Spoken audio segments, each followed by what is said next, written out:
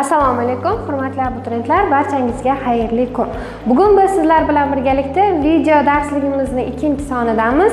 Bugun biz sizlar bilan birgalikda leksikologiya bo'limining maqsadi va ko'chma ma'no turlari haqida ma'lumotlarga ega bo'lamiz. Videoni oxirigacha tomosha qilsangiz, siz leksikologiya bo'limi va ko'chma ma'no turlari haqida ma'lumotlarga ega bo'lasiz.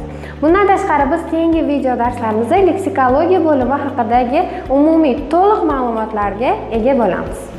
Demak, hurmatli abituriyentlar, bugun biz sizlar bilan birgalikda video darsligimizni boshlaymiz. Bugun biz leksikologiya bo'limi haqida gaplashamiz. Leksikologiya bo'limi bizda nimani o'rganadi? Leksikologiya so'zi yunoncha so'zdan olingan bo'lib, so'z haqida ta'limot degan ma'noni bildiradi.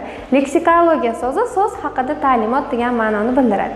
Demak, leksikologiya bo'limi bizda so'z haqida o'rganadi. Bundan tashqari bizda so'zni morfologiya bo'limi ham o'rganadi, lekin ularni ma'no jihat farqi bor. Leksikologiya nimani o'rganadi, morfologiya nimani o'rganadi. Leksikologiya bo'limi so'zda bizda so'zlarimiz bor, o'sha borliqda so'zlarimiz bor. Endi mana shu so'zlarda ikkita ma'no bo'ladi. So'z bo'lishi uchun o'zi, hurmatli abituriyentlar, unda ma'no bo'lishi kerak. Masalan, abd deb ketma-ket qo'ysam, u so'z bo'lmaydi. So'z bo'lish uchun unda ma'no bo'lishi kerak. Masalan, o, n, a tovushlarini qo'ysam, ona so'zi hosil bo'ladi va unda ma'no bor. Mana shu ma'no bildiradigan tovushlar birikmasi bizda so'z deb ataladi. Endi so'zda bizda ikkita ma'no bor. Birinchisi atash ma'no, ikkinchisi grammatik ma'no. Atash ma'no bu so'zning borliqda bildiradigan ma'nosi hisoblanadi. Atash ma'no so'zning borliqda bildiradigan ma'nosi hisoblanadi. Uni leksikologiya bo'lib o'rganadi. Masalan, eshik deganda siz o'sha predmetni, xonaning bitta jihozini ko'zingiz oldingizga keltirasiz. Bu bizda o'sha so'zning atash ma'nosi hisoblanadi. Endi uning grammatik ma'nosi qanday shakllanganligi hisoblanadi. Masalan, o'sha eshikning ot so'z turkumi ekanligi, qanday so'roqqa, nima so'rog'iga javob bo'lishi, birlikda ekanligi, ko'plikda ekanligi, gapda qanaqa vazifada kelganligi, bu hammasi bizda grammatik shakl hisoblanadi, grammatik ma'no hisoblanadi.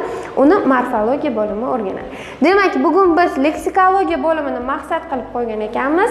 Biz so'zning atash ma'nosi, ya'ni borliqdagi ma'nosi haqida gaplashamiz.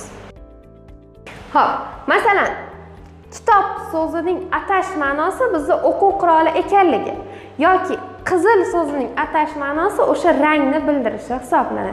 Endi uning sifat so'z turkumi ekanligi, qanday so'roqqa javob bo'lishi, rangni bildirishi, asli sifat ekanligi, darajalanishi, oddiy darajada ekanligi bu uning grammatik ma'nosi hisoblanadi.